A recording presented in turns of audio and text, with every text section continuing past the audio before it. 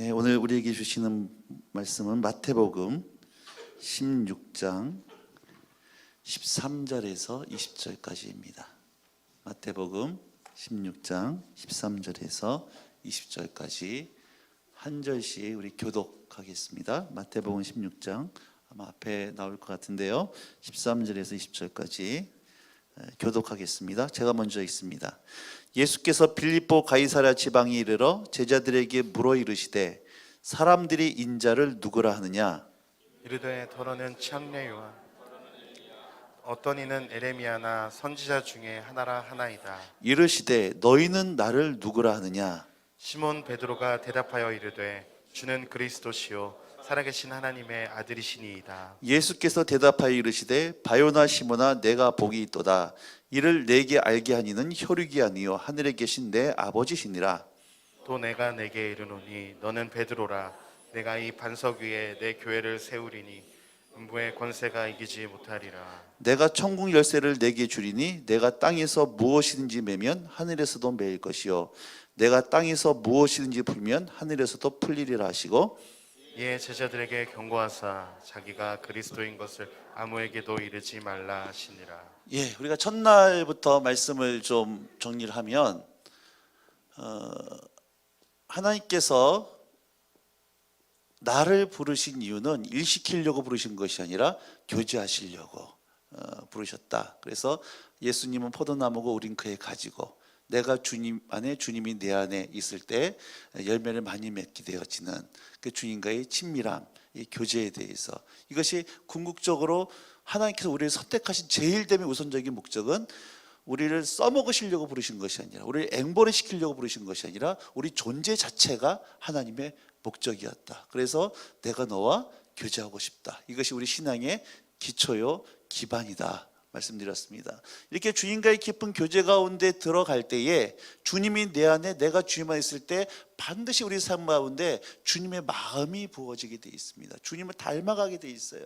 그래서 세상을 바라볼 때 나의 어떤 시각으로 바라보는 것이 아니라 주님의 시각으로 세상을 바라보고 아버지 당신의 마음이 있는 곳에 내 마음이 있고 당신의 눈물이 고인 곳에 내 마음은 고이게 되어지는 그래서 세상 사람은 비판과 정죄하고 판단하지만 주님과의 깊은 교제 가운데 있을 때 우리는 그 주님과의 관계 깨어져 있는 그 결렬된 곳을 향해서 우리의 마음을 품게 되어지고 기도하게 되어 있다. 그러면 이 세상을 향해서 주님의 마음을 품은 자들이 구체적으로 세상을 치유할 수 있는 우리에게 주신 강력한 행위와 무기가 있는데 그것이 무엇일까? 그것이 바로 기도다라고 어저께 말씀드렸죠. 여러분 밥을 먹고 이래도 모자랄 판인데 금식하라고 하는 것은 무엇을 의미하는 것입니까? 하나님 나 굶으니까 되게 무섭지 알아서 해놓으세요. 협박하는 것이 아니라 내 힘으로 할 수 없습니다. 주님만이 할 수 있습니다. 그래서 어떤 사람이 기도 안 하느냐? 교만한 사람이 기도 안 해요. 왜 그렇습니까? 주님 말고 의지할 게 있다는 거예요. 주님 없이도 나 혼자 할 수 있다라고 하는 겁니다. 그러나 철저히 주님께 위탁되어진 사람은 내가 주님을 살아드리는 것이 아니라 나를 통해서 주님이 일하시는 것이 사역이라는 걸 믿기 때문에 철저히 주님 앞에 무릎 꿇고 나를 또 일하시도록 기도로 나아간다. 그래서 우리가 일하면 우리가 일할 뿐이지만 우리가 기도하면 하나님이 일하신다. 그리고 오늘 보고 싶은 것은 그러면 구체적으로 이제 주님과의 깊은 교제 가운데 있는 사람이 주님의 마음을 품고 기도로 세상을 나가서 어떻게 세상을 우리가 다스림으로 말미암아 주님이 보시기에 아름다우셨던 에덴으로 만들 수 있을까라고 하는 오늘 마지막 세상에서 우리가 어떻게 예수 이름으로 승리하는 교회라는 제목을 가지고 어떻게 우리가 그럼 세상에 나가서 거룩한 영향을 끼칠 수 있는 성도들이 될 수 있을까라고 하는 이 부분을 함께 좀 살펴보고 싶습니다. 저는 그 93년도에 벌써 지금 23년 전이네요. 저 대전에 있는 그 침례신학대학원을 다녔습니다. 침례신학대학원 1학년 1학기 과정 가운데요 아주 고약한 과목이 하나 있었어요. 무슨 과목이냐면 개인전도 실습이라고 그래가지고 무조건 일주일에 한 명씩 전도를 해서 전도 보고서를 써야지만 학점이 나오는 전공 필수였습니다. 1학점이었는데 이거 안 하면은 졸업이 안 되는. 좋으나 싫으나 무조건 일주일에 한 명씩 전도를 해야만 되는 거예요. 대전 침신대학 옆에 충남대학이 가까운 데 있었습니다. 저는 주로 이제 충남대학 가서 전도를 했었습니다. 93년도 지금도 선명하게 그날이 기억됩니다. 5월달 아주 맑은 화창한 봄날이었어요. 그날도 제가 숙제가 아닌 전도가 아닌 숙제를 하려고 이제 충남대학을 갔습니다. 여러분, 여러분이 보기에 제가 전도를 잘했을 것 같아요? 못했을 것 같아요? 좋은 말도 얘기해 보세요. 전도를 잘했을 것 같아요? 못했을 것 같아요? 잘했을 것 같아요? 범사에 아부가 충만하신데 지금? 전도하러 갔는데 일단 전도하려고 그러면 혼자 앉아 있어야 됩니다. 그래 말을 붙이죠. 또 저처럼 이렇게 생긴 게 부담스러우면 안 됩니다. 우리 김창희 목사님처럼 다가가도 거절하지 않을 것만 같은, 그래서 혼자 앉아 있고 좀 인상이 좋은, 거절당하지 않을 사람처럼 보이는 사람을 찾아서 캠퍼스 안을 한 1시간 이상 돌아다녔던 것 같아요. 그러다가 마침 인상 좋아 보이는 한 형제가 뭘 먹고 있는 형제를 발견했습니다. 아, 잘됐다, 숙제하자 싶어가지고, 뭐 전도도 아니야, 숙제하려고 찾아가서, 저 형제님 시간 좀 있으세요? 요도 아니에요. 시간 있으세요? 여기까지 얘기를 하는데 그 형제가 바쁘니까 가보세요 그러더라고요. 저는 1시간 동안 돌아다니다가 발견한 형제입니다. 이 친구가 복음을 받아들이든 안 받아들이든 상관없이 저는 복음을 전하고 보고서를 써내야지 학점이 나와요.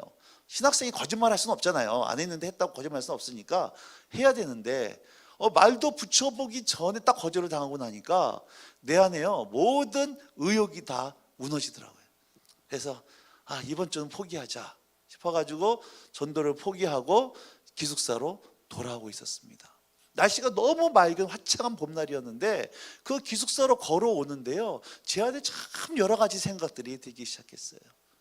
야, 내가 지금 전도사인데, 신대원을 다니고 있는데, 앞으로 목사까지 되겠다고 헌신한 사람인데, 도대체 내가 믿고 있는 예수 안을 제대로 전하지 못하고 있는 또 나는 누구인가, 이런 생각이 들면서 그때는 그것이 성령의 감동인 줄 몰랐는데요, 지금 생각해 보니까 내 안에 계신 성령님께서 저한테 하셨던 질문 같아요.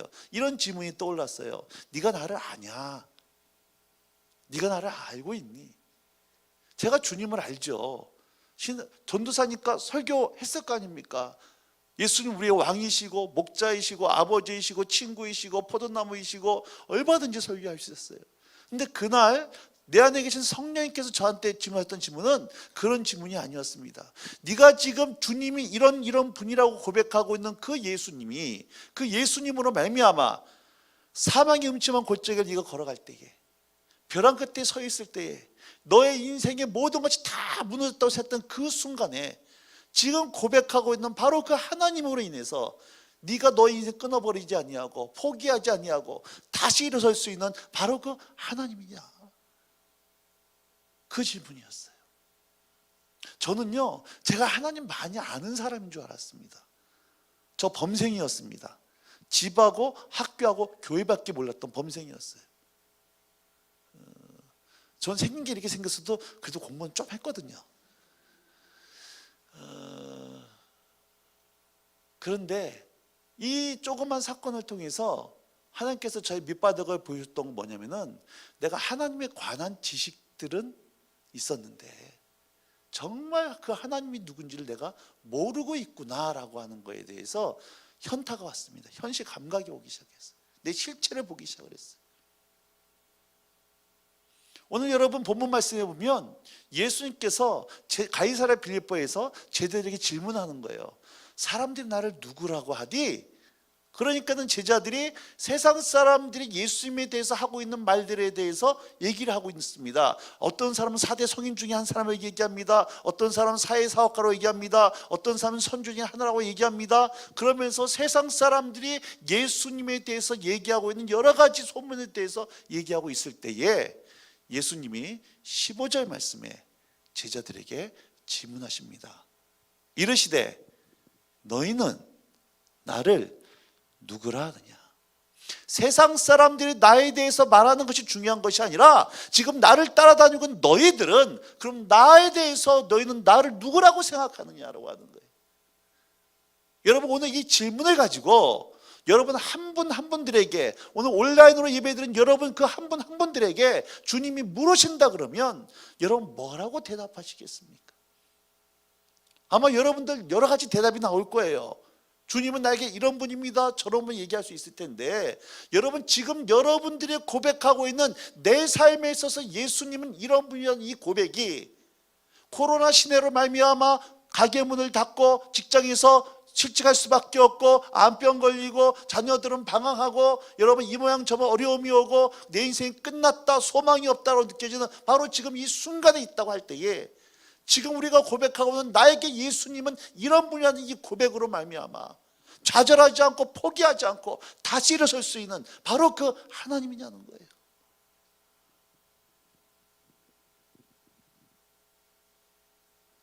저는 그때 아니더라는 거예요. 저는 정말 믿음이 좋은 사람인 줄 알았어요. 근데 그때 하나님이 제 바닥을 보게 하셨어요. 실체를 보게 하셨어요. 복된 실패였습니다. 그리고 나서 하나님이 저를 어디까지 끌고 갔냐면 십자가 앞까지 끌고 갔어요. 네가 나를 만난 적 있냐? 제가 이 질문 앞에 주님과 한 2달 동안에 싸웠던 것 같아요. 저는 아무도 예수 믿지 않은 가정 속에 제일 처음 예수 믿고 교회에 들어와서 중학교 1학년 때 처음 예수 믿었습니다. 그리고 조금 있다가 성령 체험을 했어요. 그리고 나서 집이 교회였고 집이 여관이었습니다. 소위 말해서 미쳤어요. 교회 예수님께 미쳤습니다. 그때 누가 나보다 더 예수를 잘 믿는다, 피차이 시험 들었습니다. 그 있을 수도 없고 있어서도 안 되는. 그때는 교회가 악기가 이런 게 오로지 악기는 피아노하고 북밖에 없었습니다. 저는 북치는 소년이었어요. 할 수 있다 하시는 나의 능력 주 하나님 뭐 참참참 피 흘리신 이 북 누가 잡으면 큰일 나. 이건 제 담당이었어요. 그 모든 교회 성도들이요 천태석이는 목사 돼야 돼. 아주 이게 트레이드 마크였어요. 저도 중학교 2학년 때 목사한테 헌신했다니까요. 그런 사람인 줄 알았어요. 그런데 그런 저에게 네가 나를 만난 적이 있냐라고 하는 이 질문 앞에 제가 대답을 안 했습니다. 아니 교회에서도 인정받는 나였는데 나를 그럼 내가 뭐하러 주님 안 만나서 뭐하러 신학을 할까? 이 질문 앞에 대답을 안 하다가 93년도 그해 7월 달에 제가 대만을 갔다가 돌아와야 되는데 이 태풍이 오는 바람에 비행기를 못 뜨면서 대만에 한동안 머물러 있어야 될, 일주일 동안 연기되어 있어야 될 때에 그때 그 대만의 호텔방에서 제가 정직하게 고백할 수밖에 없었던 것은 내가 주님을 모르고 있구나. 주님, 내가 구원 못 받았다는 게 아닙니다. 정말 주님 사랑했지만 내 전인격적으로 주님을 만난 적이 없구나라고 하는 거에 대해서 정직하게 인정할 수밖에 없었어요. 그걸 인정하고 나니까 내가 신학교를 다니는 거에 있어가지고 나도 만나지 못한 예수, 이렇게 신학교 나와가지고 조금만 개척교회 해가지고 몇 명 데리고 목회할 수도 있지만 이건 피차 사기치는 거다, 그런 생각이 들더라고요. 그래서 주님 안 만나면 나 목회하지 않고 좋은 교회 성도 돼서 교회 섬기리라. 주님 만나야겠다. 목사님이 만난 다른 사람이 만난 하나님이 아니라 오늘 내 하나님 만나야겠다. 이러면서 학교에다 휴학기를 내고 영적인 순례를 하기 시작을 했습니다. 어디 가면 예수님 만날 수 있을까? 어떻게 하면 주님 만날 수 있을까? 그렇게 이곳저곳 다니다가 소개받았던 것이 예수전도단이라고 하는 홍천에 DTS라는 곳이 있는데 거기 가면 사람들이 바뀐다더라, 거기 가면 사람들이 변한다더라, 이 얘기를 듣게 되어졌습니다. 1993년도 9월 27일입니다. 잠실에서 홍천으로 홍천 DTS를 받으려고 거기로 이제 사람들이 모여서 버스를 타고 가는데요. 제가 그때 마침 성경을 읽을 때 사도 바울이 갱그리에서 머리를 깎고 헌신했다는 얘기를 듣고요. 홍천 들어가기 전날 밤 머리를 빡빡 밀었습니다. 그래서 굳은 결심을 했어요. 예수 안 만나면 절대 산에서 안 내려오리라. 여러분 가뜩이나 좀 생긴 것도 부담스럽게 생겼고 눈도 조그만데 머리도 팍팍 밀어버리고 예수 안 만나면 절대로 안 내려온다 이 도끼 어린 얼굴로 버스를 타니까 아무도 저랑 눈을 안 마주쳐요. 제 주변에 아무도 안 와. 뭐 그러거나 말거나 하여튼 버스 타고 들어갔습니다. 유교가 난지 모르는 깊은 산골짜기였습니다. 그 속에 들어가서 3개월 동안 그 같이 공동생활을 하면서 훈련을 받는데 저희 오로지 한 가지 기도 제목은 이거였습니다. 하나님 정말 살아계신 분이십니까? 그분이 정말 저를 사랑하는 분입니까? 그럼 나 하나님, 그 하나님 만나고 싶습니다. 맨날 강사 목사님들이 와서 만났던 하나님, 그 강사 목사가 했던 간증 듣고 은혜 받는 내가 아니라 오늘도 정말 하나님이 살아계신 분이시고 나를 사랑하는 분이라 그러면 그 하나님 내가 오늘 실제로 만나고 싶습니다. 이것이 저희 유일한 한 가지 기도 제목이었어요. 그러고 나서 매일같이 훈련을 받고 있었습니다. 훈련을 받다가 중간쯤 한 6주 차쯤 왔을 때 그 강의 제목 가운데요, 한 주 동안이 하나님 아버지의 사랑이라고 하는 그런 주제를 가지고 이제 일주일 동안 강의라는 주간이 있었습니다. 그 강의가 시작되기 전에 저희 속으로 담당하셨던 간사님이 이런 얘기를 하는 거예요. 이번 주간은 실제로 살아계신 하나님을 경험하고 체험할 수 있는 주간이니까 기도로 준비하세요 그러더라고요. 근데 그것이 저한테는 이 복음이었어요. 내가 학교까지 포기하고 여기까지 들어올 수밖에 없었던 이유가 한 가지 있다면 그 하나님 만나는 거였는데, 그 하나님 실제로 경험할 수 있는 주간이라고 얘기를 들으니까 복음이었습니다. 그래서 내가 이번 주에는 정말 하나님 만나리라 굳은 결심을 하고요. 여러분 잘 들으셔야 됩니다. 무식하니까 용감한 기도를 하기 시작했어요. 정말 무식하니까 하는 기도입니다. 절대로 노약자나 임산부 따라 하시면 큰일 납니다. 이런 기도를 했어요. 하나님 정말 살아계시고 저를 사랑하는 분이라 그러면은 이 공간, 이 훈련받는 사람들 어느 누구한테 얘기하지 않겠습니다. 저 밖에 있는 사람한테 얘기하지 않겠습니다. 하여튼 사람들한테 얘기 안 할 테니까 하나님 정말 살아계신 분이고 저를 사랑하는 분이면은 이번 주 금요일 날 훈련이 끝나는 날까지 이 목에까지 오는 폴라티 하나 보내주시면 정말로 하나님이 살아계시고 사람을 위해 내가 무식한 기도예요. 절대 알아서는 안 됩니다. 이거는 이렇게 기도하기 시작했어요. 그때 선교사 외국분이 와가지고 강의를 했는데요, 지금도 무슨 강의는 저는 기억이 하나도 없어요. 오로지 하나님 정말 살아계십니까? 저를 사랑하는 분입니까? 폴라티 하나 보내주세요. 점심 먹고 무슨 기도예요? 하나님 폴라티. 그 다음날도 폴라티, 자나깨나 폴라티였습니다. 월요일부터 시작했던 기도가 금요일 날까지 이어졌어요. 금요일 날 마지막 날이 됐습니다. 3시간 동안 강의를 하는데 한 타임 강의하고 잠깐 브레이크하고 마지막 강의를 할 때였습니다. 자, 금요일 날 무슨 일이 벌어졌을까요? 안 벌어졌을까요? 벌어졌을까? 안 벌어졌을까요? 안 벌어졌어요.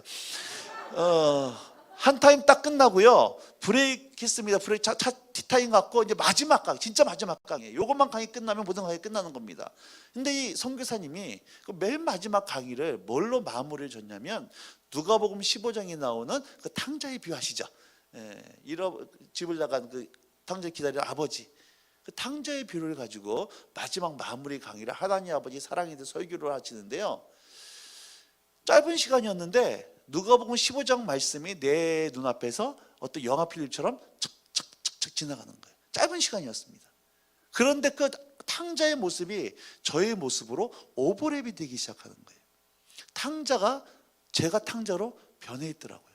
여러분, 저는 함부로 살았던 사람 아닙니다. 그래 나름대로 경건하게 살았던 사람이에요. 그런데 탕자의 모습이 바뀌어 있는데 이런 모습이었어요. 탕자가 먹을 것이 없어가지고 돼지 열매 먹을 것도 없어가지고 굶어 죽을 것 같으니까는 이제 아버지를 기억합니다. 그래서 집으로 돌아올 때 어떤 모습으로 돌아오는지 혹시 성경에 뭐라고 기록되어 있나요? 어떤 모습으로 돌아온다? 여보세요? 어떤 모습으로 돌아와요?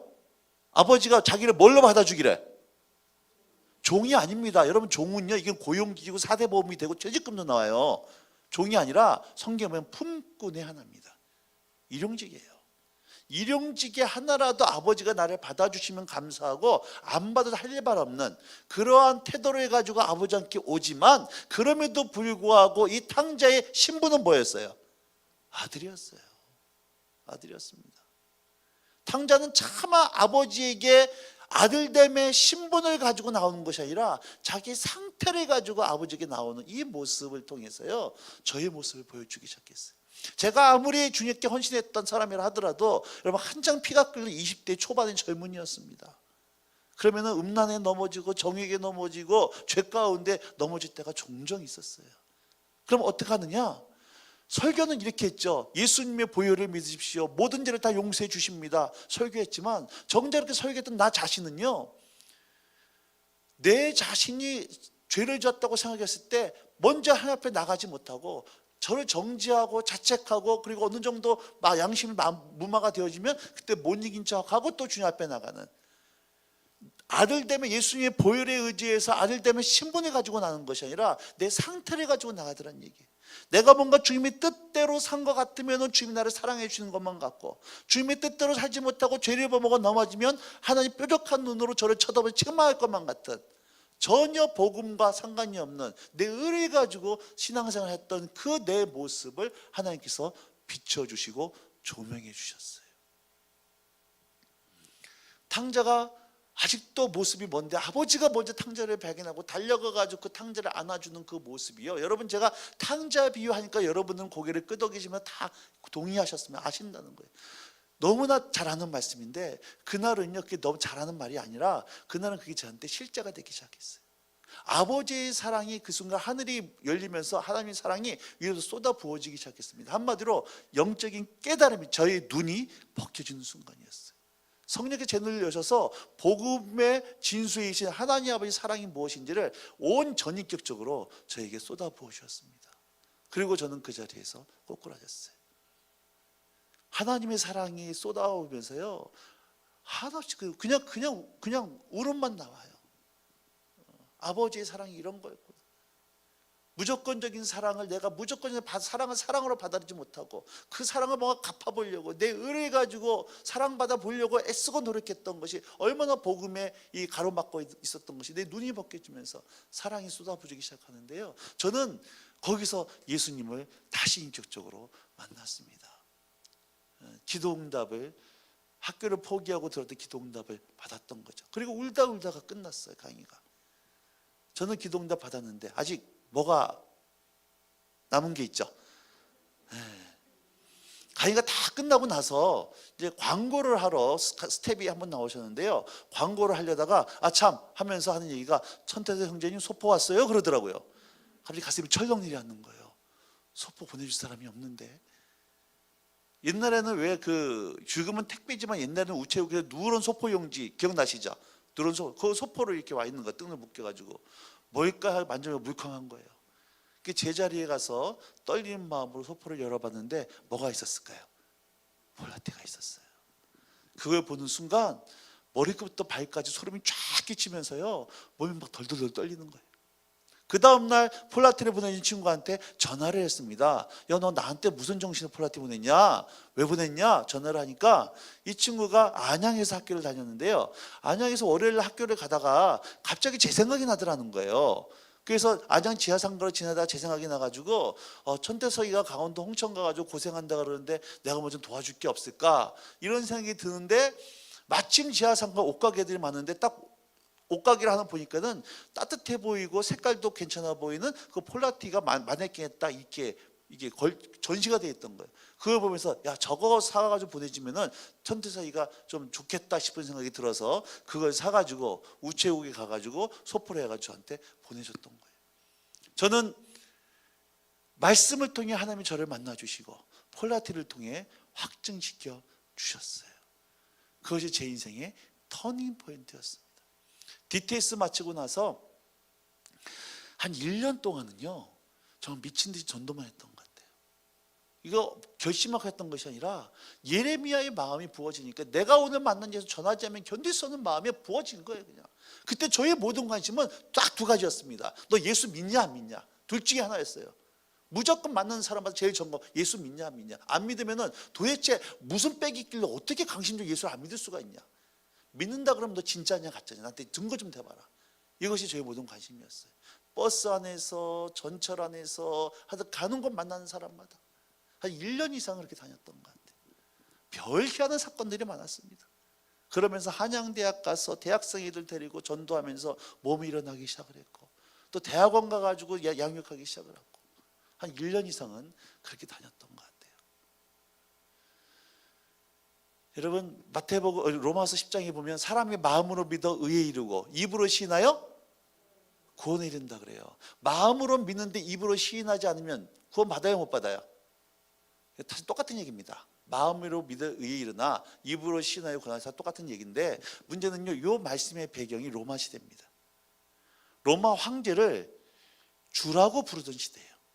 그런데 크리스찬들은 예수님을 주님이라고 불렀습니다. 로마 군인이 크리스찬의 목에다 칼을 들이밀고 예수가 너의 주님이냐 황제가 너의 주님이냐고 둘 중에 하나 선택하라 그럴 때 그 순간에 예수가 나의 주님이라고 고백하는 순간 여러분 그의 인생 끝나는 거예요. 사자밥이 되든지 노예로 끌려가든지. 그러면 그 절제절명의 순간 앞에 로마의 병사의 칼날 앞에 목숨까지도 내걸면서 예수님만이 나의 주님이라고 고백할 수 있는 사람은 여러분 종교생활 오래 한 사람이 아니라 정말 예수님을 만난 사람만이 그 순간 앞에서도 예수님이 나의 주님이라고 고백할 수 있다고 하는 거예요. 그러면 여러분 지금 시대에 로마 군인처럼 우리 목에다 칼을 들이밀고 예수가 너의 주님이냐 황제가 너의 주님이냐 물을 사람 없습니다. 그러나 지금도 세상은 양자택일을 원합니다. 지금은 로마 황제 대신에 그 자리를 뭘로 차지했습니까? 돈입니다. 돈이 너의 주인이냐? 예수가 너의 주님이냐? 너의 인생에서 궁극적으로 여러분 절대로 사세요. 사람은 고백한 대로 살지 않고 믿는 대로 산다. 그런 사람은 고백한 대로 안 살아요. 믿는 대로 살아요. 고백이 아무리 화려해도요, 여러분 내가 뭘 믿는지 어떻게 하냐? 내가 내린 결정을 보면 알아요. 내가 내린 결정이 돈 때문이냐 하나님 때문이냐, 이거는요 사람은 속일 수 있어도 나하고 하나님 못 속여요. 내가 어디로 엎어지 보면 알거든요. 안타까운 것은 돈 앞에서는 목사건 장로건 권사건 아무 소용없더라고요.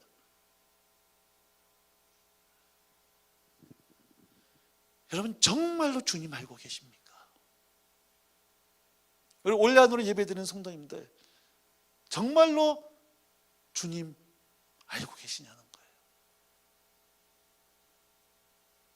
조그마한 불의 앞에서 신앙의 양심마저 저버리고 눈 한번 딱 감으면 일확천금 새길 수 있는 그 순간에 예수님 때문에 과감히 포기할 수 있는, 여러분 이것은 주님을 아는 사람에게만 나올 수 있는 영적인 능력이라고 하는 거예요. 그 은혜가 있기를 주님으로 축복합니다. 예수님이 묻는 거예요. 너희는 나를 누구라 하느냐? 이때 우리 형님 베드로가 홈런 한번 때리죠.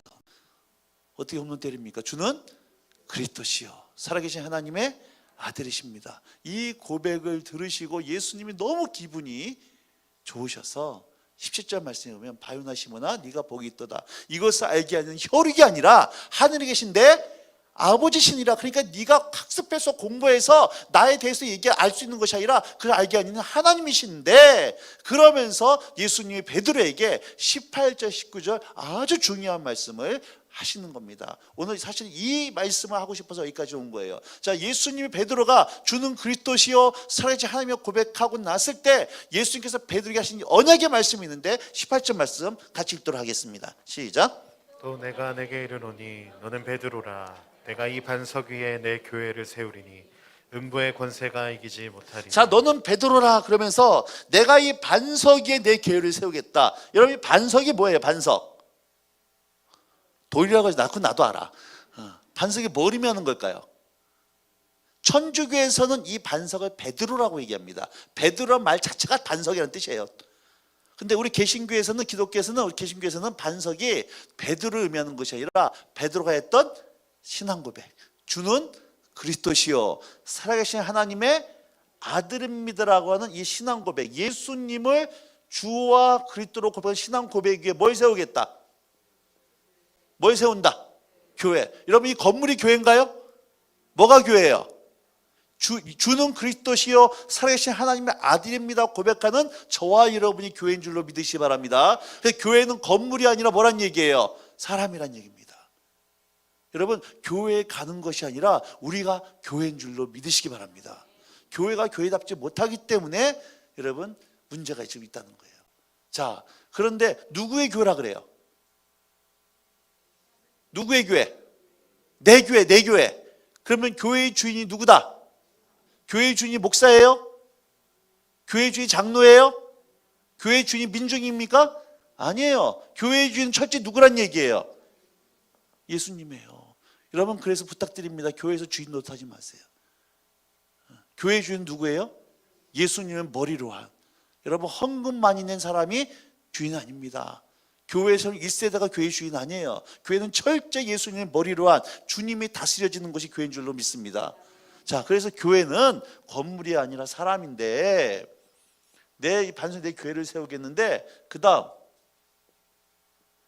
음부의 권세가 이기지 못하겠다 그럽니다. 음부라고 하는 것은 원래 사람이 죽어서 가는 곳, 하데스라 해서요, 사람이 죽어서 가는 곳이 음부인데 이 본문의 문맥상으로는 단순히 장소적인 사람이 죽은 다음에 가는 곳을 의미하는 것이 아니라 원수 마귀가 통치하고 있는 이 세상을 말하고 있다는 얘기예요. 어떤 사람은 마음이 지옥이에요.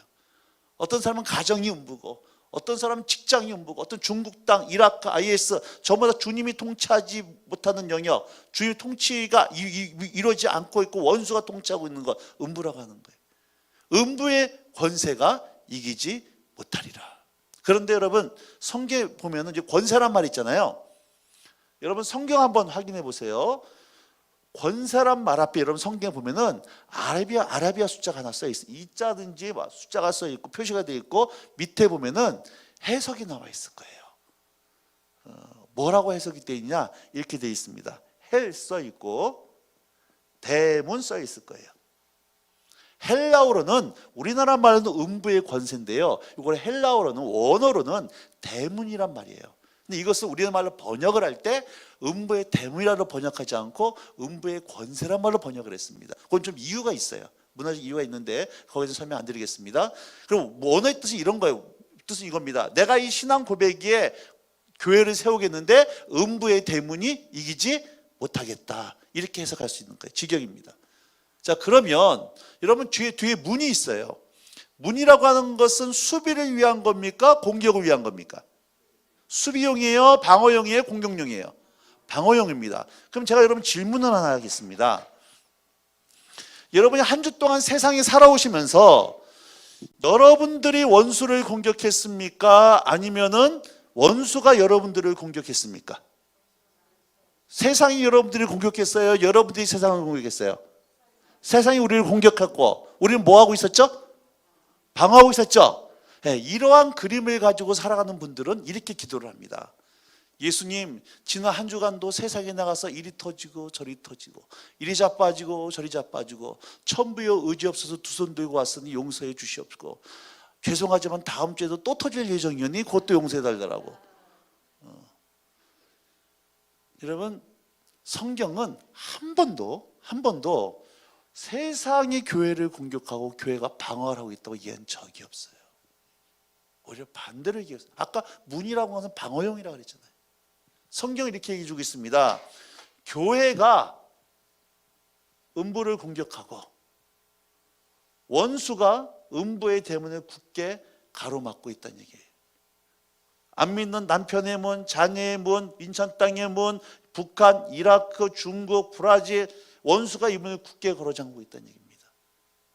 교회의 사명은 뭐냐? 이게 굳게 걸어진 이 음부의 대문을 깨트려버리고 여기에 하나님의 나라를 세우는 것이 교회의 사명이다라고 얘기해주고 있어요. 이러한 그림을 가지고 살아가는 성도들은 이렇게 기도합니다.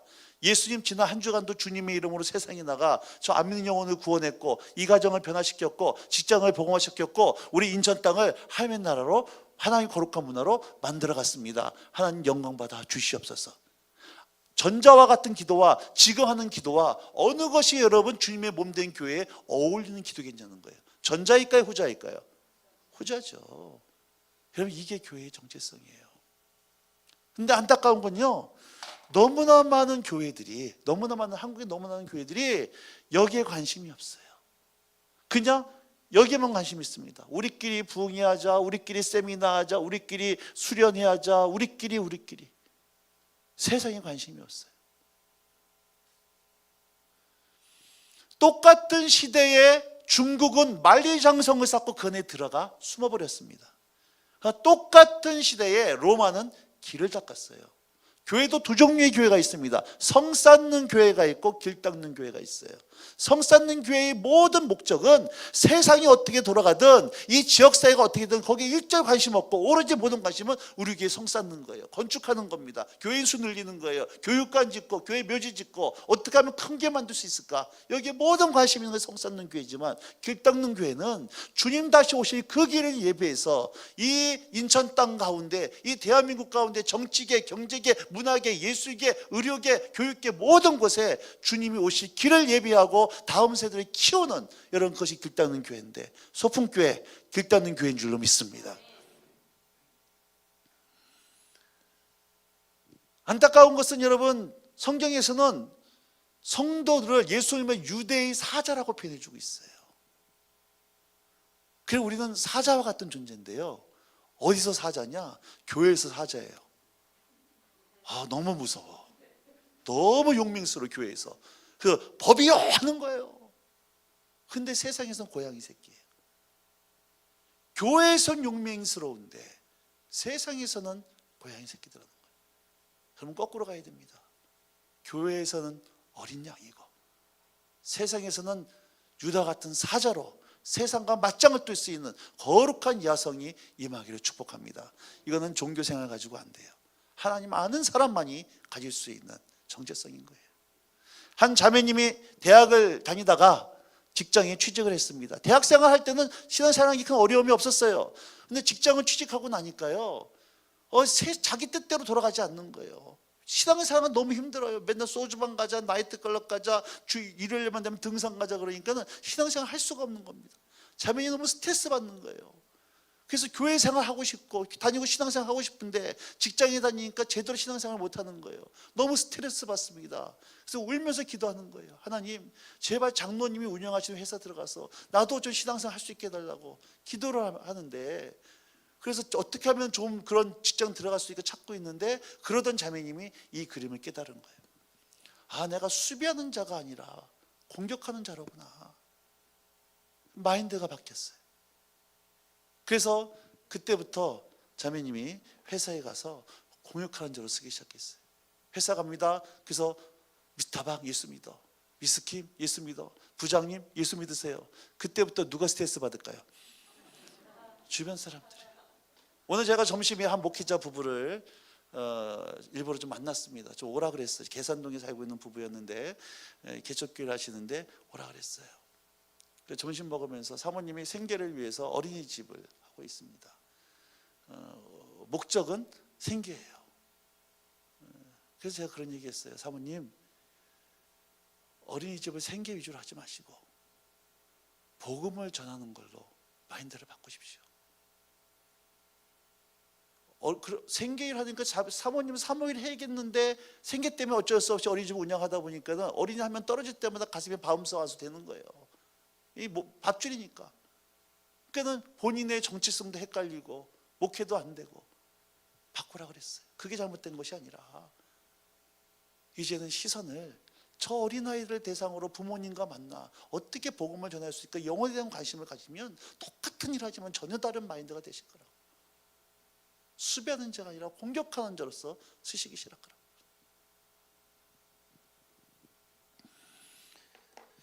저희 예수전도단의 초창기에 한 선교사님이 계십니다. 이분이 그래서 이 선교 본부를 담당하셨던 분인데요. 서울대 출신이에요. 서울대 출신인데 서울대를 졸업을 하시고 거제도에는 대우 옥포조선소에 입사를 하셨어요. 그 당시 이제 서울대 연고대 이제 최고 학부들만 이제 간 곳이었기 때문에 들어간 지 얼마 안 돼서 신입사원 환영회를 했습니다. 자, 신입사원 환영회는 대부분 어디로 가나요? 술집으로 가잖아요. 그래서 이제 술집으로 가 신입사원 환영을 하는데 분위기가 살질 않는 거예요. 보니까 거기 예수쟁이들 몇 명 있었습니다. 예수쟁이들 탁월한 은사가 있잖아요. 먹지 못해, 마시지 못해, 어울리지 못해 분위기 썰렁하게 만드는 은사.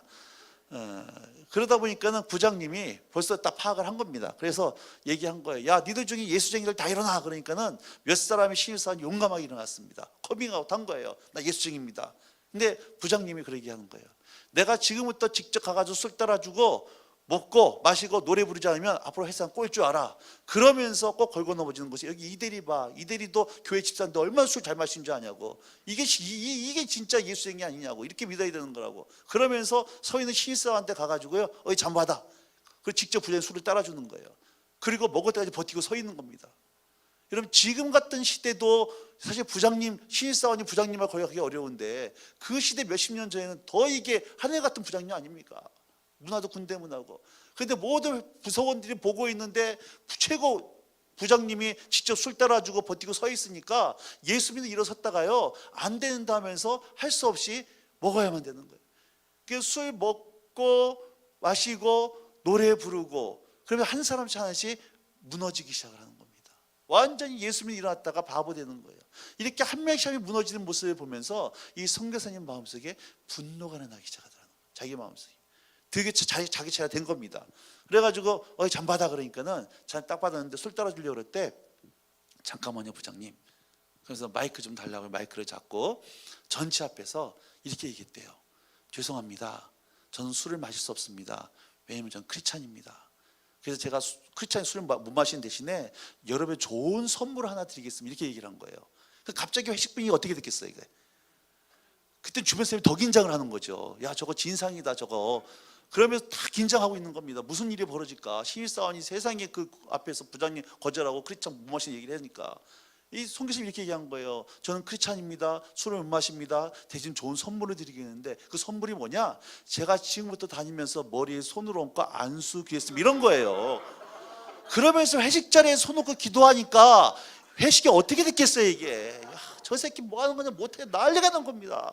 그래도 안수를 하는데요 재밌는 게 뭐냐면은 그렇게 욕을 하다가도 자기 차례 오잖아 또 머리 또 뒤로 대더라는 거야 이게. 그러면서 회식이 완전히 그날 망해버린 겁니다. 이때부터 거의 3년 동안을 부장님 과장님이 업무도 안 가르쳐주고 무조건 업무를 던져주더래요. 네가 알아서 해오라고. 그러다가 지치면 나가 떨어지라고 나가라고. 코피 터져가면서 서너 시간밖에 못 자고 회사에서 아침 나갖고 먹고 살면서요. 그러면 일을 처리해야만 됐던 거예요.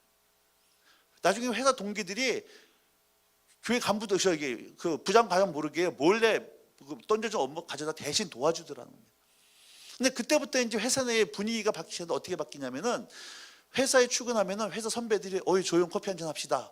그래가지고 교회로 저기 밖에 나가 커피 한잔 마시면서 자기 부부 얘기 가정 얘기 상담을 하더라는 거예요. 아니 선배님 저는 장가 안 가서 그런 것도 모르는데요. 그러면 하는 얘기가 너는 그래도 예수쟁이니까 좋은 얘기 해줄 수 있지 않겠냐 이렇게 얘기를 하는 거예요.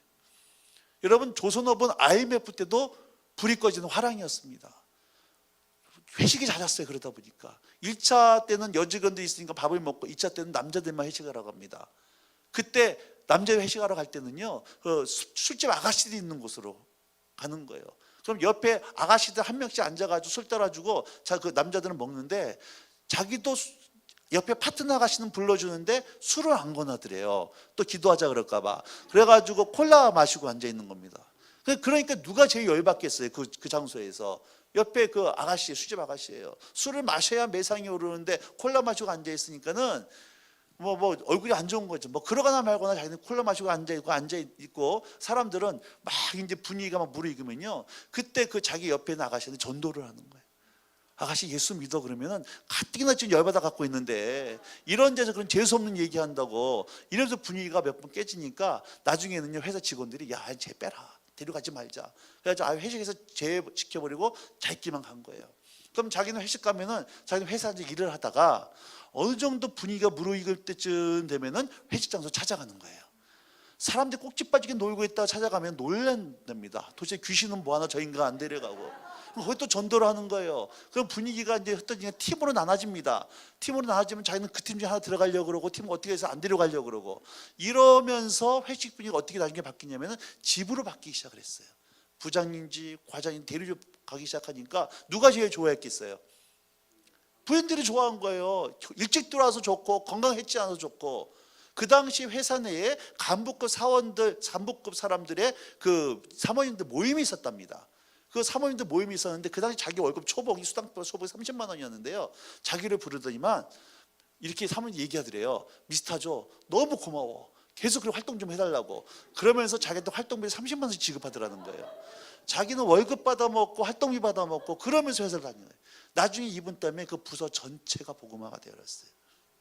여러분, 이렇게 살아가는 모습, 세상을 향해서 복음을 들고 공격에 들어가는 모습, 여러분 이것이 교회의 사명이라고 하는 거예요. 창세기 22장 17절 말씀 좀 보도록 하겠습니다. 같이 읽겠습니다. 시작. 내가 내게 큰 복을 주고 내가 씨가 분성하여 하늘의 별과 같이 바닷가의 모래가 같게 하리니 내 씨가 그 대적의 성문을 차지하리라. 하나님께서 아브라함에게 지금 복을 주시는데요. 하나님께서 아브라함에게 주신 복이 뭐냐? 너의 씨가 하늘의 별과 같고 바닷가의 모래같이 많게 자손을 주겠는데, 그렇게 많은 자손을 주는 이유는 자손들 통해서 뭐 하게 하시려고? 대적의 성문을 차지하게 하시려고 자녀들을 주겠다는 거예요. 그러니까 자녀들을 많이 주는 것만이 목적이 아니라 그렇게 많은 자손을 주는 이유는 자손들을 통해서 대적의 성문을 취하게 하려고 자손들을 주겠다고 하는 거예요. 24장 60절 리브가 얘기하시는 말씀입니다. 24장 60절입니다. 시작. 리브가에게 축복하여 이르되 우리 누이여 너는 천만인의 어머니가 될지어다. 내 씨로 그 원수의 성문을 얻게 할지어다. 똑같은 축복이죠. 리브가에게 천만인의 어미가 되게 하겠다. 너에게 천만인의 자손을 주겠다고 하는 이유는 그 자손들을 통해서 원수의 성문을 뭐하게 하려고? 얻게 하려고. 이걸 여기서 말하는 하늘의 별과 같고 바닷가의 모래 같은 천만인의 자손들이 누굴 얘기하는 겁니까? 문자적으로는 이스라엘이고 영적으로는 바로 저와 여러분 교회인 줄로 믿으시기 바랍니다. 그래서 여러분 교회의 사명은요, 굳게 닫혀져 있는 북한 땅, 중국 땅, 이라크, IS, 터키 안 믿는 여러분의 시댁, 남편, 자녀들 마음에 원수가 이문을 굳게 걸어 잠가서 들어오지 못하고 있는 교회는 깨트려버리고 여기에 예수의 복음, 하나님의 나라를 세우는 것이 교회의 사명이다라고 하는 거예요. 저는 이 말씀을 문자 그대로 또 기도합니다. 하나님, 제 자녀가 이 땅에서 성 쌓는 인생이 아니라 떡으로만 사는 인생이 아니라 이 원수의 대문을 깨트려버리고 나중에 이랬을 때 뭘 할지 모르겠지만 정치, 경제, 문화, 예술, 교육, 의료, 군, 검찰 어디로 들어간지 간에 그 영역을 하나님으로 바꾸는 그런 하나님 나라의 용사가 되어지게 하여 주시옵소서. 여러분, 여러분의 자녀들이 그런 자녀 되기를 축복합니다. 옛날 우리 기독교는 들어왔을 때 인재를 키웠어요. 소풍교회가 그런 이 시대에 소망을 줄 수 있고 이 시대에 지도자가 없는 시대에 인적적 영적을 키워낼 수 있는 모짜르 같은 교회가 되기를 주임으로 축복합니다. 부모들의 기도가 잘 먹고 잘 살아가 아니라 공부해서 남 주냐, 공부해서 돈 벌어서 남 주냐가 아니라 공부해서 남 주는 인생, 돈 벌어서 남 주는 인생, 존재 자체가 이 땅에 소망을 줄 수 있고 희망을 줄 수 있는, 여러분 그러한 자녀들을 바라볼 때 그런 비전을 심어주는 그런 믿음의 부모 되기를 주임으로 축복하는 거예요. 요즘은 그 국정원이라고 그러죠. 국정원 이전에 뭐라고 불렀냐면은 안기부라 그랬습니다. 저는 그 요즘은 이제 586 세대죠. 이제 386 세대였는데 80년대 학교를 다녔기 때문에 그 시대 학교를 다니신 분들 별로 공부를 못했습니다. 허거나 데모하느라고. 그때 이제 안기부에 뭐가 있었냐면 블랙리스트라고 있었어요. 요즘도 블랙리스트, 화이트 얘기 나오는데 그 당시 블랙리스트는 아마 예전 분들, 그 시대에 살았던 분들 생각나실 겁니다. 전대협, 민민투, 삼민투 막 기억나실 겁니다. 이런 사람들은요, 그 블랙리스트 이름에 한가운데 이름이 적혀 있었습니다. 그리고 종교 지명수배를 내렸어요. 이 사람들이 가는 곳마다 노사분기 일어나고 데모가 일어나니까 대공과 형사들이요, 종교 지명수배를 내리고 이 주동자를 잡을 혈안이 돼 있었습니다. 이 사람들을 잡으면 전부 다 1계급 특진이었거든요. 여러분, 원수의 왕국에도요 블랙리스트가 있어요. 그리고 원수의 왕국의 블랙리스트 그 이름 한가운데 저 천태석 이름이 적혀 있다는 걸 믿어주시면 감사하겠습니다. 뭐 기분 나쁘다 할 수 없어요. 사실이니까. 제가 가는 곳마다요 가정이 바뀌고 교회가 새로워지고 지역이 새로워지고 아멘 할 때까지 할 거야 나는 지금. 문화가 바뀌고 막 이러니까 원수가 감당이 안 된다는 거예요. 천태지가 포항에서 지금 인천 왔습니다. 여기서 연락 왔어요. 소대가주 안 됩니다. 중대를 보내주십시오. 중대가주 안 됩니다. 대대를 보내주십시오. 대대가 안 되면 사단을 보내주십시오. 이건 실제 상황입니다. 그러는 거예요. 원수님만 너무나 당황하기 시작하는 겁니다.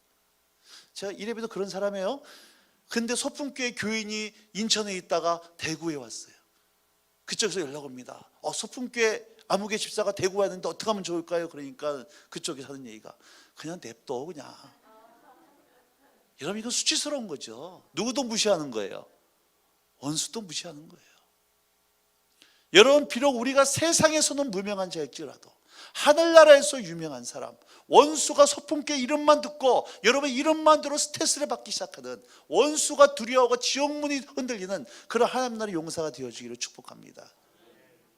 이게 교회의 사명이에요. 그래서 교회가 가는 곳마다, 여러분 복음이 들어가는 곳마다 사회가 바뀌고 나라가 바뀌었다는 거예요.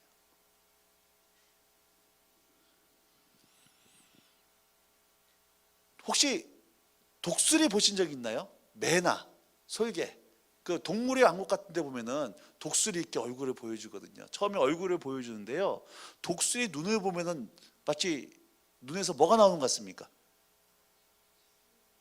레이저가 나오는 거예요. 불이 나오는 것 같습니다. 눈이 얼마나 부리부리한지 실제로 독수리의 시력이 8.0이랍니다. 공중에서요 독수리가 1km 상공 위에서 먹이를 발견했을 때 여러분 절대 머뭇거리지 않습니다. 순식간에 채가요. 독수리 눈을 보면은 정말 이게 너무 매서워요. 그런데 생각해 보세요. 그 동물의 왕국 같은 독수리의 눈. 근데 여러분 한여름에요. 한여름에 낮잠을 자다가 깬 닭다리 눈 본 적 있습니까? 낮잠 자다가 깬 닭다리 눈 보면은 눈에서 불 나올 일이 있어요, 없어요? 없어요. 왜? 맨날 뭐만 쳐다보고 있으니까. 땅만 쳐다보니까. 여러분 성경은 저와 여러분을 독수리라고 얘기해주고 있어요. 주를 앙모하는 자, 독수리처럼. 그런데 독수리처럼 여러분 비상해야 될 성도들이 마치 닭다가리처럼 살아가는 사람들이 너무나 많다는 얘기예요. 아유 선교도 좋고요, 지역사회 변화도 좋고요, 다음 세대 다 좋은데 그거 다 맞는 말인데 일단 내 발등에 불부터 좀 끄고요, 이 문제부터 해결해 놓고요, 그 다음에 선교도 하고 중보기도도 하고 영적전도 하고 훈련도 받고 뭐도 할게요. 근데 여러분 잘 생각해 보세요. 단군 일에 주님 오실 그날까지 우리 발등에 불이 꺼질 일이 있을까요, 없을까요? 없어요. 없습니다. 코로나 끝나면 또 다른 겁니다. 없습니다. 그럼 평생 우리는 뭐만 쳐다본다는 얘기예요. 발등에 불 끄느라고 땅만 쳐다보다가 제대로 날기도 한번 하지 못하고 독수리가 닭처럼 살다가, 여러분 주님 오시는 날 주님이 너 뭐하다 왔냐 그러면은 땅만 쳐다보고 왔는데 이 얘기밖에 할 수 없다는 얘기예요. 여러분 우리의 관심이 지금 어디에 있습니까? 여전히 예수 믿으면서도 한국 사람들이요 너무 제가 보니까는 한국 사람만큼 이게 신실한 사람들이 없어요. 처음 예수 믿고 했던 기도 제목이 장로님 권사님 돼서도 기도 제목이 너무 신실하게 똑같아요. 단 하나만 바뀌었습니다. 중간에 내 아들이 내 손주로 바뀐 거 외에는 너무 기도가 신실하세요. 그 기도가 내 가족 이상을 벗어나지 못해. 좀 더 나으면 교회. 여러분 소풍교회는 내 기도뿐만이 아니라 우리의 기도의 목록 가운데, 그래서 뉴스가요 이제는 주님의 마음 아는 사람들은 뉴스가 아닙니다. 그건 전부 다 뭐예요? 기도 제목이에요. 기도 제목입니다. 엠번방 사건이 일어났을 때 어떻게 저럴 수 있냐가 아니라 이 땅에 그렇게 음란함이 퍼져 있는 것을 향해서 여러분 우리는 그 결례템으로 들어가야 되는 거예요.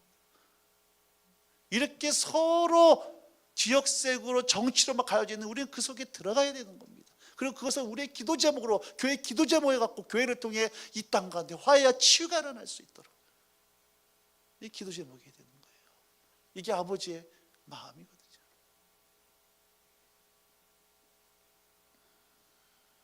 여러분 이 반석 위에 내 교회를 세우겠는데 음부의 권세가 이기지 못하리라, 이 말입니다. 다음에 마태복음 16장 19절 말씀 읽겠습니다. 18절 이어서 시작. 내 천국 열쇠를 주리니 내가 땅에서 무엇이든지 매면 하늘에서도 매일 것이요 내가 땅에서 무엇이든지 풀면 하늘에서도 풀리리라. 참 하시고. 재밌는 말씀이에요. 지금 음부의 문은 누가 국격으로 잠그고 있습니까? 마귀가 북한 땅, 중국 땅, 터키, 인천 땅, 여러분 안 믿는 시대, 우상숭배한 시대, 복음이 들어오지 못하도록 원수가 문은 국격으로 잠그고 있는데 이 문을 열 수 있는 마스터키, 여기를 천국으로 만들 수 있는, 하나님 나라를 만들 수 있는 마스터키는 누구한테 주셨다는 거예요? 누구에게 주셨다? 너에게, 교회에게 주셨다는 거예요. 그러니까 우리에게 지금 뭐가 주어져 있다? 천국 열쇠가 있다는 거예요. 여러분들이 가는 곳마다 천국을 만들어 버릴 수 있는 열쇠가 이미 여러분이 주어져 있는데 믿으시기 바랍니다. 교회가 주셨다는 거예요. 그래서 제가 둘째 날 어저께 얘기했죠. 하나님 교회를 통해서 일하신다. 열쇠를 주셨다는 거예요. 근데 여러분 열쇠를 사용하지 않으면 열쇠가 어떻게 돼요? 녹슬잖아요. 혹시 여러분에게 주신 천국 열쇠 이거 녹슬어 있지 않냐는 거예요. 나 하나 예수 믿는 거 이거 열어놓고 전혀 사용하지 않아서 혹시 열쇠 녹슬어 있지 않냐는 거예요. 여러분 이 원리만 알면은 우리가 할 일이 너무 많아요. 주님을 모르는 가정, 주님 모르는 사람들, 어려움 빠진 사람들 여러분 너무 많아요. 근데 참 재밌는 얘기입니다. 잘 보셔야 됩니다. 너희가 땅에서 뭐예요? 하늘에서도 매면 땅에서도 죄송합니다. 땅에서 매면 하늘에서도 매일 것이요. 땅에서 풀면 하늘에서도 거꾸로가 아닙니다. 하늘에서 묶으면 땅에서 묶인다는 게 아니에요. 교회가 땅에서 묶으면 하늘에서도 묶일 것이고 땅에서 풀면 하늘에서도 풀린다는 거예요. 마태복음 18장 한번 가볼까요? 20절부터 거꾸로 보겠습니다. 거꾸로 20절부터 읽겠습니다. 시작. 두세 사람이 내 이름으로 모인 곳에는 나도 그들 중에 있느니라. 여러분 두세 사람이 내 이름 모인 곳 여기가 어디예요? 교회죠. 교회는 반드시 누가 계신다? 예수님이 거기 계신다는 거예요. 여러분 남편이 예수를 안 믿을 때 엄마와 딸이 주님으로 모인 그곳에 주님이 계신다는 겁니다. 여러분 구역이 사랑방이 2명이라 할지라도 주님 이름으로 모인 거기 주님 계시다는 거예요. 근데 19절 말씀 시작.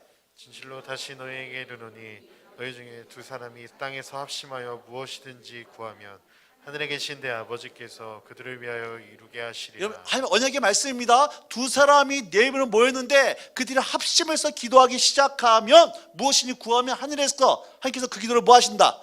이루게 하신다는 거예요. 그러면서 18절로 가보세요. 시작. 진실로 너희에게 이르노니 무엇이든지 너희가 땅에서 매면 하늘에서도 매일 것이요 무엇이든지 땅에서 풀면 하늘에서도 풀리리라. 아멘. 여러분 하늘에서 땅에서 매고 땅에서 풀 수 있는 하늘에 움직일 수 있는 강력한 여러분의 사랑방 되기를 축복합니다.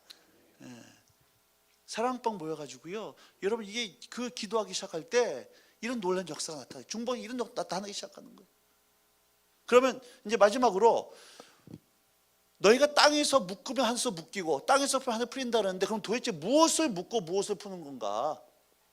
묶어 푼다 그러는데 우리가 무엇을 묶어야 되고 무엇을 풀어야 되는 것인가? 이것만 보고 마치도록 하겠습니다. 자, 마태복음 12장 28절 같이 있습니다. 시작. 그러나 내가 하나님의 성령을 힘입어 귀신을 쫓아내준 것이면 하나님의 나라가 이미 너에게 여기서 말하는 내가라는 건 예수님이에요. 예수님은 성령을 힘입어 귀신을 쫓아낼 때 거기에 뭐가 임했다? 하나님 나라가 임했다. 한마디로 빛이 비치면 어둠이 떠나가는 것처럼 하나님의 나라가 임하면 귀신이 있을 수 없다는 거예요. 누가? 예수님은 성령을 힘입어 귀신을 쫓아내니까 하나님 나라가 임했다. 교회가 저와 여러분 성령의 능력으로 이 문을 깨트려 버리면 여기에 뭐가 임한다? 하나님 나라가 임하는데 그렇게 할 수 있는 원리가 있는데 원리가 뭐냐? 29절입니다. 시작. 사람이 먼저 강한 자를 결박하지 않고서야 어떻게 그 강한 자의 집에 들어가 그 세간을 강탈하겠느냐. 결박한 후에야 그 집을 강탈하리라. 여러분 한 강도가요 어떤 집에 들어가 가지고 그 집 물건을 강탈하려고 할 때 도둑질하려고 할 때 제일 먼저 뭐부터 해야 됩니까? 집 주인을 결박을 해야 그 집 물건을 마음껏 뺏어올 수 있어요. 사람이 먼저 강한 자를 결박해야지만 그 강한 자의 집에 들어가서 세간을 강탈할 수 있다는 얘기입니다. 그럼 여기서 말하는 강한 자는 누구일까요? 이 마귀입니다. 강한 자에서 뺏어와야 될 세간은 뭐예요? 이게 영혼과 땅입니다. 이런 북한 땅의 영혼과 북한 땅의 영혼을 누가 지금 묶고 있습니까? 마귀가 묶고 있어요. 그럼 마귀에게 묶여있는 영혼들을 풀어내기 위해서는 먼저 누구부터 결박해야 된다는 얘기예요? 마귀를 결박을 해야 마귀에 묶여있는 영혼들을 뭐 할 수 있다? 풀어낼 수 있다는 거예요. 여러분, 이게 영적인 원리라는 얘기입니다. 눈에 보이지 않는 세계는 영적인 세력들을 우리가 결박하고 물리쳐야 눈에 보이는 현실 속에 영적인 우리 전리품 얻어낼 수 있다라고 하는 거예요. 고린도후서 4장 4절로 가겠습니다. 시작. 그 중에 이 세상의 신이 믿지 아니하는 자들의 마음을 혼미하게 하여 그리스도의 영광의 복음의 광채가 비치지 못하게 함이니 그리스도는 하나님의 형상이니라. 그 중에 이 세상 신, 이게 마귀입니다. 마귀를 이 세상 신이라고 불러요. 근데 이 세상 신이 믿지 않는 자들의 마음을 뭐하고 있어요? 혼미케 하고 있어서 아무리 복음을 전해도 그 사람이 알아먹지 못하더란 얘기예요. 여러분, 어저께 이게 아니라 여러분, 그럼 이 사람이 안 믿는 거예요, 못 믿는 거예요? 안 믿는 겁니까, 못 믿는 겁니까? 못 믿는 거예요. 내 부모님이 안 믿는 게 아니라 못 믿는 거예요. 왜? 원수가 그 마음을 뭐 하고 있으니까? 혼미케 하고 있기 때문에. 그러면은 원수에 의해서 마음이 혼미케 되어져서 복음을 믿지 못하는 부모님을 구원하기 위해서는 먼저 뭐부터 해야 된다? 혼미케 하는 악한 영을 먼저 뭐 해야 된다는 얘기예요? 묶어야 묶여있는 영혼을 뭐 할 수 있다? 풀 수 있다는 거예요. 이게 영적인 원리입니다. 보이는 것은 보이지 않는 거에 영향을 받고 있기 때문에 그래요. 우리가 몸이 아픈데 병원 갔는데 증상은 있는데 원인이 없어. 원인이 안 나. 그때 의사들이 뭐라고 얘기합니까? 신경성이군요. 그래요. 스트레스 받은 것이 몸의 증상으로 나타나는 거예요. 그러면 원수를 묶을 수 있는 가장 강력한 무기가 뭘까요? 전략이 뭘까요? 원수를 묶어버리는. 여러분, 이게 예배예요. 예배는 주님이 예배하는 곳에 임재하십니다. 이곳에 오셔서 이곳에 앉으소서, 이곳에서 드리는 예배를 받으소서. 예수 우리 왕이여 이곳에 오셔서 빛 대신 예수님 임재하는 순간 어둠 흔적들이 사라지는 것처럼, 여러분, 원수를 물리치고 결박하는 가장 효과적인 우리의 있는 전략은 예배하는 겁니다.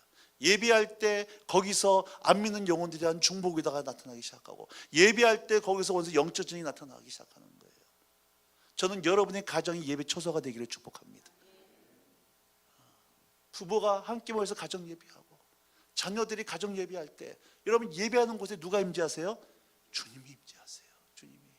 그래서 주님이 임재하는 공간 가운데 주님이 가정을 임재하다 보니까 밖에서 스트레스 받고 지쳤던 남편과 자녀들이 집에 딱 들어올 때 가정 가운데 임재하신 하나님 임재로 말미암아 모든 피곤이 씻겨지기 시작하고 마음의 평강이 임하는, 그 마가의 달 앞에 성령 임했던 것처럼 예배하는 여러분의 가정 가운데 강력한 성령 임재가 느껴지고 여러분 그 경험되는 가정 되게 축복하는 거예요.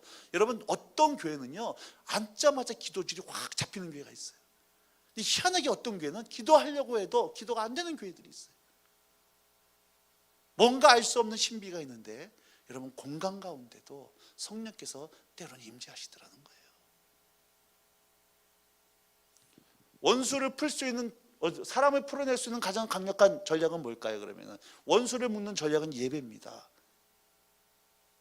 그 선교의 목적은 예배죠. 그러면 안 믿는 영혼들을 풀어낼 수 있는 전략은 이게 전도예요. 전도입니다. 언제까지 우리가 원수를 묶고 푸는 걸까요? 원수를 묶는 걸까요? 어저께 얘기했습니다. 돌파가 일어날 때까지. 무엇을 통해서? 기도를 통해서. 이런 종류는 기도와 금식에 나갈 수 없느니라. 기도하기 시작할 때에 여러분, 원수가 묶이고 예배하고 기도할 때, 그리고 원수가 떠나간 다음에 복음을 전하기 시작하면 저 사람만큼은 예수를 믿지 않을 거라 생각했던 그 영혼들이 주님의 복음 앞에 미혹함이 사라지다 보니까 복음이 그때부터 영이 터치되기 시작하고 복음이 들어오기 시작하는 거예요. 이것은 우리 힘으로 하는 겁니까? 누가 하시는 거예요? 주님이. 우리는 뭐만 하면 돼요? 붙어있기만 하면 돼요. 주님께 교제하면 되는 거예요. 그때 주님께서 전략을 주시고 마음을 부어주시고 눈물을 주시는 거예요. 몸이 아픕니다. 여러분, 한 영혼이 구원받는 거, 엄마들이 아기를 임신해 가지고요 10개월 만에 애가 나올 때 임신했을 때요 굉장히 불편합니다. 약도 제대로 못 먹고 몸도 무거워지고 불편하고 힘들고 그러다가 때가 참에 하늘이 한번 노래해주고 죽었다 깨달으면 애가 또 태어나는 것처럼 한 영혼이 구원받는 것도요 여러분 이런 과정들이 필요해요. 그리고 그래서 여러분들이 선한 행실을 통해서 그 사람의 마음을 얻기 시작하고 관심과 돌봐주다가 치열하게 기도하다가 어느 순간 때가 참에 한 영혼을 놓고 치열한 기도 가운데 여러분 한 영혼이 구원받는 역사들이 나타나기 시작하는 거예요. 저희는 오랫동안 소풍교회는 그런 일이 없습니다. 굉장히 지금 건강한 교회인데요. 여러분 저희 가정이 오랫동안 애들이 없다가 조카가 태어나니까 집안 분위기가 바뀌더라고요. 아침에 1년 전에 봤던 그 사람 1년 후에도 똑같은 사람 한 명도 새 사람이 없는 교회는 여러분 교회가 정체돼 있어요. 근데 날마다 믿는 안 믿는 영혼들이 새로운 영혼들이 태어나는 교회 여러분 굉장한 교회의 활력이 있습니다. 날마다 안 믿는 자들이 소풍교회로 여러분 몰려오는 은혜가 있기를 축복합니다. 저는 환상을 봐 주일학교애들이 꾸역꾸역 몰려오는 거예요. 중고등부애들이 꾸역꾸역 소풍교회로 몰려오는 거예요. 청년부가 꾸역꾸역 몰려오는 거예요. 이럴 때는 아멘 하셔도 됩니다. 주님께서 역사하시는 거예요. 생명의 것은 모이게 돼 있어요. 몸이 아파요. 기도합니다. 기도하는데 분명히 기도할 때 어느 순간 주님이 나았다는 확신이 주시는 거예요. 근데 여전히 몸은 아파. 근데 그때 뭐라고 기도하는 겁니까? 하나님 고쳐주셔서 감사합니다. 그럼 어느 순간 병이 나 있는 거예요. 이게 기도의 돌파가 일어난 영적인 확신입니다. 그때까지 포기하지 마시고 엎어져 기도하기 시작할 때 여러분 상은 닫혀진 문들이 활짝 열릴 줄로 믿으시기 바랍니다. 말씀 맺습니다. 시편 24편 7절 보고 마치도록 하겠습니다. 우리 전선님 나와주시면 감사하겠어요. 세션 나와주세요. 저는요 이 시편 24편 7절부터 10절까지를요 제가 늘 선포하는 곳이 있습니다. 언제냐면 비행기를 타고 외국에 나갔을 때 비행기가 내리고 비행기 문이 열리고 트랩에 나 발을 내디딜 때 그때 제일 먼저 외친 말씀이 늘 이 말씀입니다. 이건 제 인생에 20년 동안 변함이 없어요. 비행기 문이 열리면서 그 나라에 발이 딱 내디는 순간 문들아 너희 머리를 들지어다 영광의 왕이 들어가신다. 영광이 누구시뇨? 그는 강한 등한 여호와시요 전쟁에 능한 여호와시로다. 여러분 캠퍼스를 개척할 때 캠퍼스 정문 앞에서 이 말씀 두고 외쳤습니다. 이 캠퍼스에서 높아진 철학과 사상들아 너희 머리를 들지어다. 아니 캠퍼스의 왕이 예수님이십니다. 신방 갈 때 그저 아파트 현관문 앞에 손을 얹고 이 가정 가운데 모든 닫혀진 복음의 문들아 너희 머리를 들지어다 영광의 왕이 들어가신다. 오늘 여러분 삶에 닫혀진 문들이 무엇이 있습니까? 남편이 예수님 믿지 않으세요? 자녀가 게임 가운데 묶여 있습니까? 자녀가 주님 모릅니까? 빚으로 우상숭배로 여러분 직장이 혹시 막혀 있습니까? 그때 우리에게는 예수 이름의 능 천국 열쇠 내가 나세는 예수를 명하느니 닫혀있는 문들아 너희 머리를 들지어다 영광의 왕이 들어가신다. 그럴 때 도저히 변화되지 않을 것만 같고 도저히 여러분 여기 영원한 문들이라는 것은 영원한 것처럼 보이는 문들이에요. 무슨 얘기냐? 다른 사람은 다 바뀌어도 내 가정만큼은 안 바뀔 것처럼 보이는 영원한 변화가 없을 것처럼 보이는 문들. 그러나 교회에 계신 천국 열쇠를 가지고 이 문을 향해 공격해 들어가기 시작할 때 이 문이 깨트려지고 여러분 여기에 구원의 역사가 나타날 줄로 믿습니다. 이제 허리를 펴시고 이 말씀을 우리가요 이제 믿음으로 선포할 겁니다. 어떻게 선포하느냐? 해병대처럼 선포할 거예요. 방위처럼 선포하시면 안 됩니다. 저 문 좀 열어주시겠어요? 원수들이 이렇게 얘기하는 거 아니죠. 큰 소리로 권위 있는 목소리로 문들아 너희 머리를 들지어다 영광이 들어가신다. 주님이 통치하셔야 되는데 지금 원수가 막고 있어 통치가 안 되는 여러분 삶에 막혀진 문들을 향해서 이 시간 믿음으로 큰 소리로 말씀을 선포하신 다음에 찬양하고 기도하겠습니다. 준비되셨습니까? 이건 지금 방위 목소리예요. 지금 준비되셨습니까? 이제 좀 육군으로 좀 올라왔습니다. 해병대 공수부 특공대처럼. 자 여러분 영적으로 무장하고 준비할 준비가 싸울 준비 되셨습니까? 외치시겠습니다. 시작. 문들아 너희 머리를 들지어다 영원한 문들아 들릴지어다 영광의 왕이 들어가시려다. 영광의 왕이 누구시냐? 강하고 능한 여호와시오 전쟁에 능한 믿음으로 선포하세요. 문들아 너희 머리를 들지어다. 영원한 문들아 들릴지어다. 영광의 왕이 들어가시려다. 영광의 왕이 누구시냐? 만군의 여호와께서 곧 영광의 왕이시로다. 아멘.